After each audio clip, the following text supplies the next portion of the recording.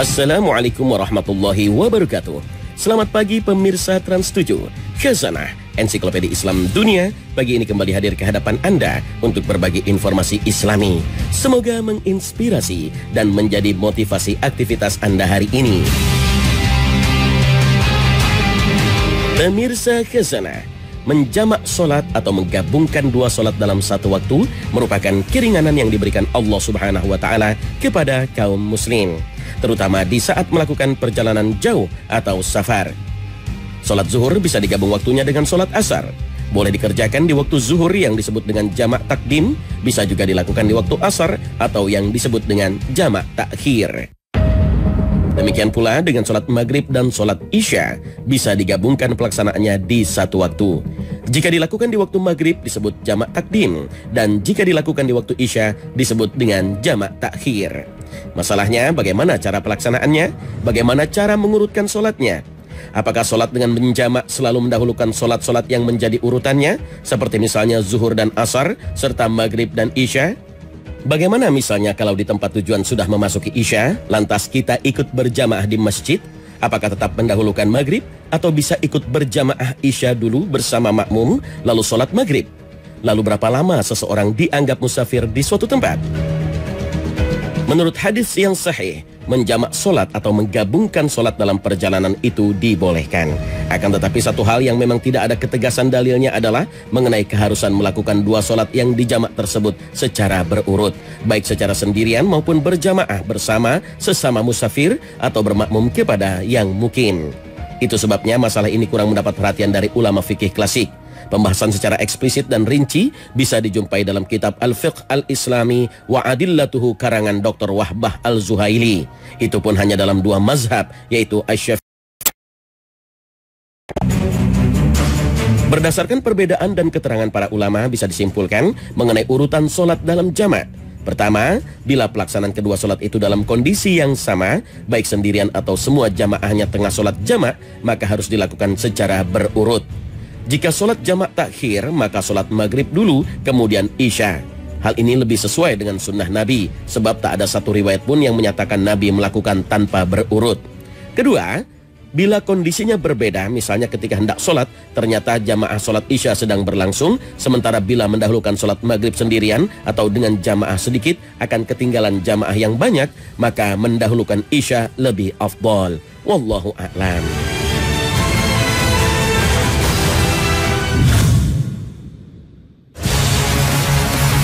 Pemirsa Khazanah, tak sedikit kaum muslim yang tidak menunaikan puasa Ramadan dengan penuh. Ada yang melakukannya bolong-bolong, terkadang puasa dan terkadang tidak. Hal itu dilakukan tanpa adanya halangan yang membolehkan untuk meninggalkan puasa. Masalahnya, bagaimana jika orang yang puasanya bolong-bolong itu mendapatkan hidayah dan ingin memperbaiki puasanya? Apakah dia harus mengqadha atau mengganti puasanya yang pernah dia tinggalkan? Lalu bagaimana jika hal itu dilakukan sering setiap bulan puasa, sehingga jika dihitung sangatlah banyak? Apakah dia harus menggantikan seluruh puasa yang pernah ditinggalkan meskipun jumlahnya sangat banyak? Mayoritas ulama berpendapat bahwa siapa saja yang sengaja membatalkan puasa atau tidak berpuasa, baik karena ada halangan ataupun tidak, maka wajib baginya untuk mengqadha puasa. Namun ada ulama yang memiliki pendapat yang berbeda. Ibnu Hazm dan para ulama belakangan berpendapat bahwa bagi orang yang tidak berpuasa dengan sengaja tanpa ada halangan yang dibenarkan syariat, maka tidak wajib baginya untuk mengqadha atau mengganti puasa yang pernah ditinggalkan. Pendapat ini didukung oleh kaidah hukum bahwa ibadah yang memiliki batasan waktu awal dan akhir, apabila seseorang meninggalkannya tanpa alasan, maka tidak disyariatkan baginya untuk mengqadha atau menggantinya kecuali jika ada dalil baru yang mensyariatkannya. Artinya, ibadah yang memiliki batasan waktu awal dan akhir, apabila seseorang mengerjakan ibadah tersebut di luar waktunya tanpa ada alasan, maka ibadah itu tidaklah bermanfaat dan tidak sah. Misalnya, solat dan puasa. Apabila seseorang sengaja meninggalkan solat hingga keluar waktunya, apakah wajib mengqadha atau mengganti solatnya? Maka jawabnya tidak wajib mengganti atau mengqadha solat, karena hal itu sama sekali tidak bermanfaat dan amalan itu tidak diterima.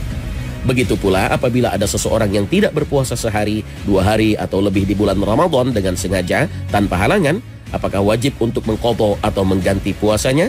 maka tidak wajib baginya untuk mengqadha atau mengganti puasanya yang sengaja ditinggalkan hingga keluar waktu.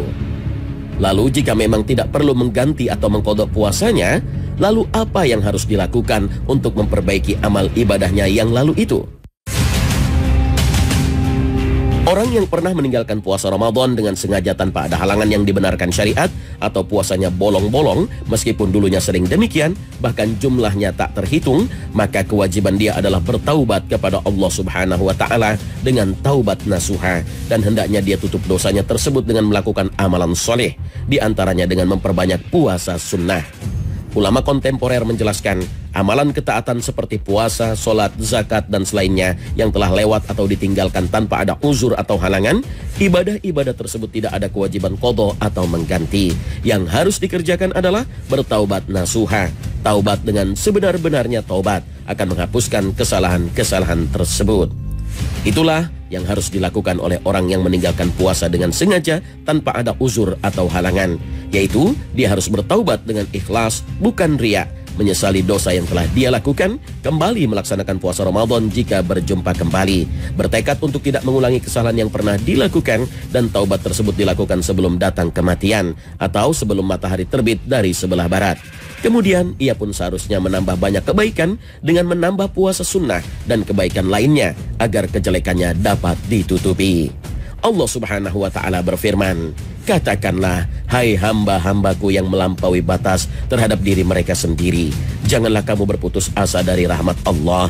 Sesungguhnya Allah mengampuni dosa-dosa semuanya. Sesungguhnya dialah yang maha pengampun lagi maha penyayang. Al-Quran Surah Az-Zumar ayat 53. Tugas kitalah menyesali setiap dosa yang kita lakukan. Penyesalan inilah bagian dari taubat yang tulus.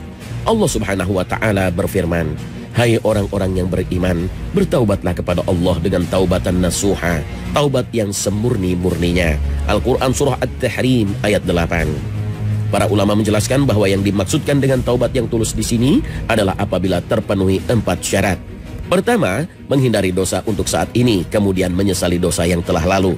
Lalu bertekad tidak melakukannya lagi di masa akan datang. Dan terakhir, jika dosa tersebut berkaitan dengan hak sesama manusia, maka ia harus menyelesaikannya atau mengembalikannya.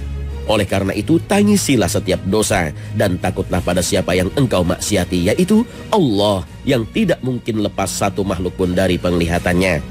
Malik bin Dinar mengatakan, menangisi dosa-dosa itu akan menghapuskan dosa-dosa sebagaimana angin mengeringkan daun yang basah. Wallahu a'lam.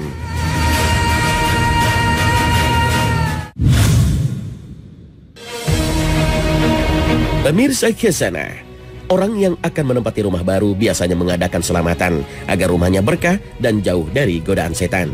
Lalu apa saja amalan yang bisa dilakukan agar rumah yang kita tempati tidak menjadi tempat yang disukai jin atau setan? Pertama, dibacakan Al-Quran, khususnya surat Al-Baqarah. Sebab Rasulullah SAW pernah bersabda, jangan kalian jadikan rumah kalian seperti kuburan. Sesungguhnya setan lari dari rumah yang dibacakan surat Al-Baqarah di dalamnya. Hadis riwayat Muslim dan At-Tirmizi.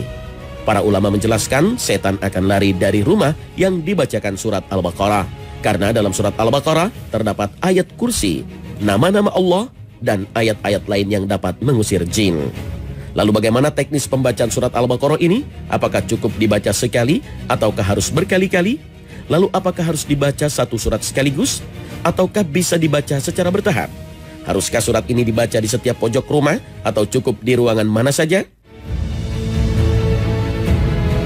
Tidak ada aturan khusus dalam pembacaan surat Al-Baqarah di dalam rumah. Artinya penghuni rumah tidak harus membaca surat Al-Baqarah dalam sekali waktu, namun bisa membacanya secara bertahap dan berkesinambungan. Membacakan surat Al-Baqarah di rumah juga tidak ada aturan teknisnya. Bisa dibaca di pojok rumah, tapi juga tidak harus dibaca di setiap pojok rumah, tapi bisa dibaca di ruangan mana saja dalam rumah itu. Meskipun begitu, penghuni rumah sebaiknya tidak cukup membaca surat Al-Baqarah hanya sekali saja, namun hendaknya membacanya sesering mungkin. Sebab setan yang lari ketika dibacakan surat Al-Baqarah bisa saja kembali lagi setelah pembacaan surat ini selesai. Sebagaimana setan lari ketika mendengar azan, namun setelah azan mereka kembali lagi untuk menggoda manusia saat sholat. Dengan kata lain, hadis riwayat Muslim ini bukan hanya menganjurkan agar penghuni rumah membacakan surat Al-Baqarah saja, akan tetapi hadis ini juga mengandung anjuran untuk mengisi rumah dengan banyak membaca Al-Quran dan kegiatan ibadah-ibadah lainnya. Lalu bagaimana jika hanya memutar rekaman surat Al-Baqarah melalui radio atau pemutar musik? Apakah juga bisa mengusir setan? Menurut ulama kontemporer, suara Al-Quran murattal dari kaset tidak cukup untuk mengusir setan. Sebab hadis Nabi menyebutkan, setan lari dari rumah yang dibacakan surat Al-Baqarah. Sedangkan memutarkan rekaman kaset tidak bisa dikatakan membaca Al-Quran.